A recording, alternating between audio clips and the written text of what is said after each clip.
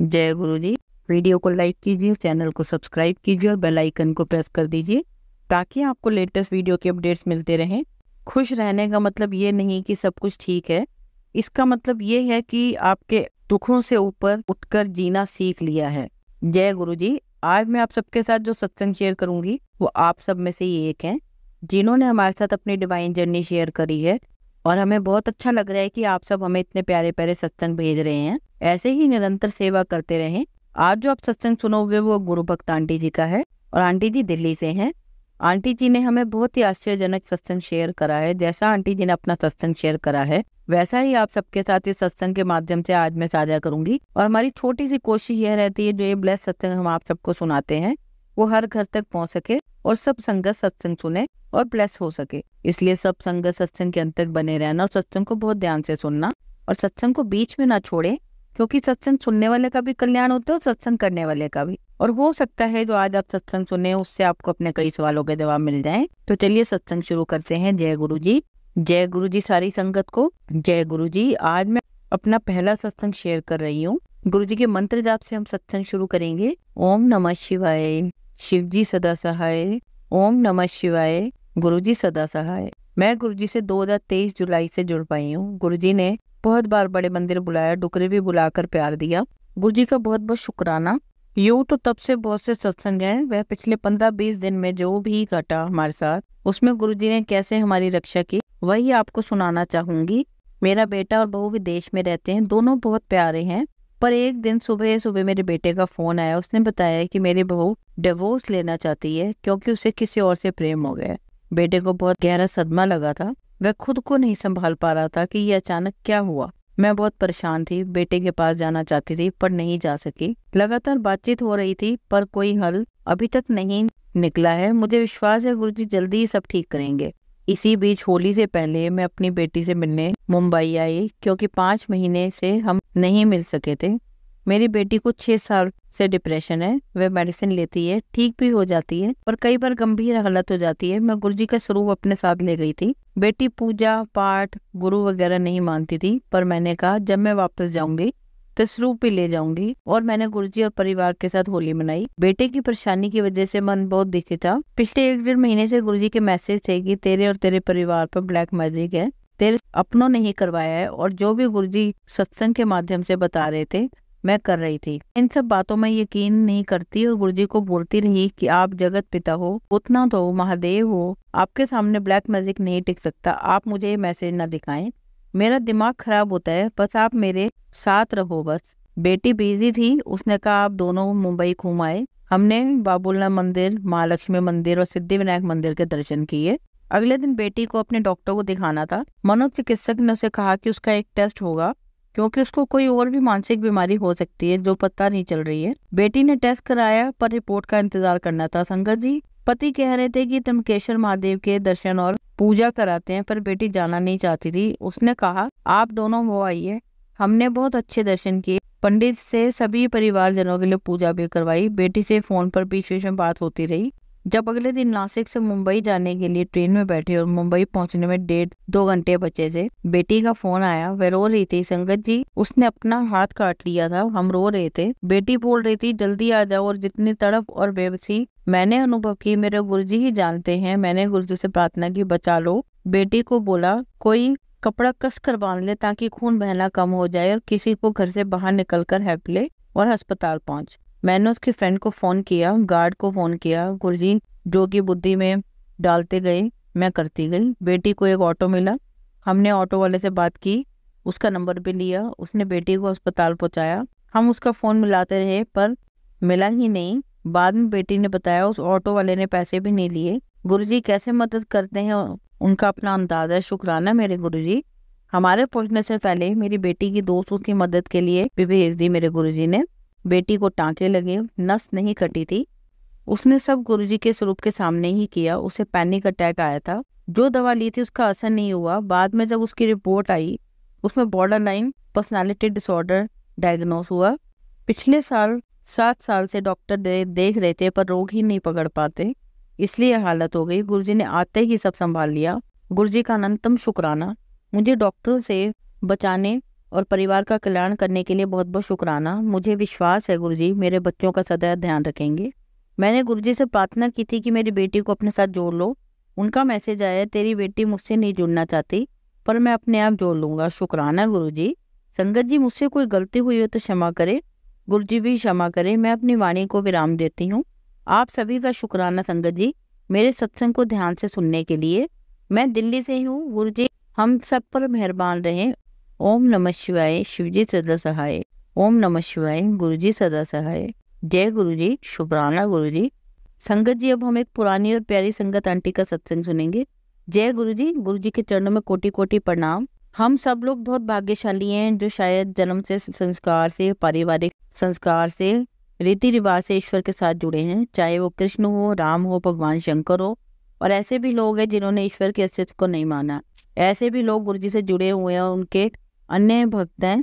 लेकिन मैं उनकी बात करती हूँ जो ईश्वर से जुड़े हैं। अगर हम शिवलिंग की बात करें, वो पत्थर जिसको दन्नत जाट ने जूता मारा तो ईश्वर खड़े हो गए और साक्षात पंडित को दर्शन हुए। वह शिवलिंग अगर साक्षात हो जाए तो आपका अंग अंग रोमांचित नहीं होगा? क्या आपका शरीर का एक एक सेल, एक एक कोशिका रोमांचित नहीं हो जाएगी? गुरुजी वही है हमारे सामने साक्षात शिवा, और उनके शरीर को छूते ही ऐसा ही होता है। बहुत से लोगों को अवसर मिला उनको छूने का, उनको दबाने का, उनको गले लगाने। ऐसा लगता था कि हम कहाँ हैं, हम किसी ट्रांस में हैं, हम यहाँ नहीं हैं। और उनकी खुशबू जो कपड़ों में, शॉल में, हर जगह जहाँ आप जाएं, अगले दिन सुबह उठे तो आप हाथ भी नहीं धोना चाहेंगे, क्योंकि ऐसा लगता था वो खुशबू चली जाएगी। तो यूं लंगर करने के बाद हाथ धोना और अगले दिन सुबह रजाई से ऐसे मौसम में हाथ निकालो तो हाथ में वही खुशबू। जिन्होंने कुछ पुस्तकें पढ़ी होंगी, अध्यात्म की पढ़ी हैं, शिव पुराण पढ़ा है या ऑटोबायोग्राफी ऑफ योगी पढ़ा है, उन्होंने देखा होगा, पढ़ा होगा कि जो महान आत्माएं होती हैं जब वह पृथ्वी से उठ जाती हैं, या तो वह एक समय में कई जगह होती हैं। गुरुजी मैं केवल इतना कहूंगी कि अगर ईश्वर की बात करें तो यह है कि वह ईश्वर जो हम सब ने जाना, मैं नहीं जानती आपने कैसे जाना, हमें जो थोड़ा बहुत सिखाया गया। हालांकि मैं तो हमेशा क्वेश्चन करती थी, शिव जी ऐसे कोई नहीं है जिनको हम गले लगा सकें, बहुत दूर हैं, एक बहुत ऊंची चीज़ है आसमान पे या धरती पे। और ऐसा नहीं है जो हमारे साथ ये शिव है जो हमारे साथ हैं, जिन्होंने हमें आलिंगन किया था, जिनको हमने गले लगाया, आपके मित्र नहीं है, उनसे जाकर आप बातें नहीं कर सकते। वो आपको ये नहीं बताएंगे कि क्या खाओ, क्या पहनो, कैसे सोचो, अपने पैसे कहाँ लगाओ, क्या नौकरी करो, क्या छोड़ो, बच्चों की शादी कहाँ करें। इन शिव ने तो वो सब किया जो एक ऐसी आत्मा ही कर सकती है। उसे आप तेज पंच कहें जो दिव्य आलोक है और जिसने संसार नहीं सब ब्रह्मांड चलाया। उसे आलोक का एक पुंज जो है वह उनका शिव भी है, वह आपका पिता भी है, माता भी है, वह आपका मित्र भी है, वह आपकी शाखा भी है, वह आपका मार्गदर्शन भी है, आपको क्या करना है, कहाँ जाना है, और यह भी है कि कौन आपका परिवार है, किन लोगों से आपको जुड़ना है। यह बताता है कि किस गाड़ी में जाना है, अगर कहीं जाना है तो कौन गाड़ी चलाएगा, किसकी गाड़ी में तुम बैठोगे, तुम कैसे कपड़े पहनोगे, सबसे बड़ी चीज तुम क्या सोचोगे, शायद आपको कोई नहीं बताएगा। लेकिन शायद ही कोई आपको पूरे तरीके से बताएगा। अपने आप को सोचना कैसे है, गुरुजी अक्सर कहते हैं अपनी सोच बदलो। अक्सर उनको कहते हुए सुना, यह मत खाओ, यह मत पहनो। उनको अच्छा लगता था अपना पारिवारिक धर्म निभाओ, उनको अच्छा लगता है कि सब परिवार आए, पति पत्नी की सेवा करें। हालांकि किसी एक अंकल का प्रश्न आया लंबा, मैं छोटा करके सुनाऊंगी, कि भाई गुरुजी औरतों से पाँव क्यों दबाते हैं। तो उन्होंने हिम्मत करके पूछा कि आप ऐसा क्यों करते हैं। तो गुरुजी बोले अगर पुरुष करेगा ना तो अपना पूछेगा, अगर सर्विस में सिविल सर्वेंट में फैक्ट्री बनवाऊं, मेरी वह यह प्रमोशन हो जाए या पोस्ट रिटायरमेंट मुझे यह मिल जाए। जब औरत करेगी सबसे पहले अपने परिवार के लिए मांगेगी, मेरे बच्चों का क्या होगा, मेरे पति का ये हो, मेरे माता पिता का ये हो, वो अपने बारे में शायद सबसे बाद में मांगेगी। ये उसकी प्रकृति है, ईश्वर ने उसको बनाया है। वैसे तो इसलिए तुमसे ज्यादा पाँव दबाती थी। गुरुजी ने ये नहीं कि औरतों को ज्यादा श्रेष्ठ मानते थे, ऐसा कुछ नहीं, दोनों को बराबर ही मानते थे। लेकिन गुरुजी बोलते थे दोनों एक दूसरे की सेवा करो। अब देखिए आपको और बहुत से लोग सुनाएंगे ये बीमारी ठीक हो गई। मैं कहूँगी गुरुजी का जो प्रभा मंडल है उसकी एक रश्मि है, वो भी उन्होंने एक बार देख के किसी का साध्य रोग ठीक कर दिया था। बहुत लोगों के साथ बहुत कुछ ज्यादा अनुभव हुए हैं, हो रहे हैं। हर रोज होते हैं। यह भी हंसने की बात नहीं होगी कि अभी खुशबू आई, आप गाड़ी खोले, आपकी गाड़ी में खुशबू आए, आप ऑफिस में बात कर रहे हैं फूल की, वहां से खुशबू आ रही है, तो आपको लग रहा है ये क्या हो रहा है, अचानक गुरुजी की आवाज आ रही है। तो वो सब गुरुजी का युग है। और जिस तरह से ये बढ़ रहा है, हम देख रहे हैं गुरुजी का शरीर छोड़ने के बाद जो उन्होंने कहा, एक एक शब्द कैसे सच निकल रहा है, पर हमें समझ नहीं, ये बिल्कुल भी नहीं समझे, पर ये अनगिनत है। मैं केवल कुछ शब्दों में, कविता के शब्दों में आपको गुरुजी के चरणों में श्रद्धा नमन सुनाना चाहूंगी। जब मुझे वो सदी याद आई है जब बहुत सर्दी थी, यहाँ से वहां तक दिखाई नहीं देता था, और 20 से 25 लोग शायद, और बाहर कैसे निकले और कैसे घर पहुंचे, लेकिन 20 से 25 किलोमीटर तक हमें कोई दिक्कत नहीं हुई। हम लोग पहुंच गए अपने अपने घरों में सब लोग। और आज जब हम मंदिर जाते हैं, मैं कई बार देखती हूँ तो खड़े होकर लगता है ये वही गुरुजी के लिए सब लोग आए हैं। हम सेल्फिश हैं, पर हम समझते हैं, हम सोचते हैं, वी आर पोजेसिव अबाउट। इसलिए जब आज इतने ही बड़ा सबूत दिखाई देता है तो हमारी आंखें सजल होती हैं।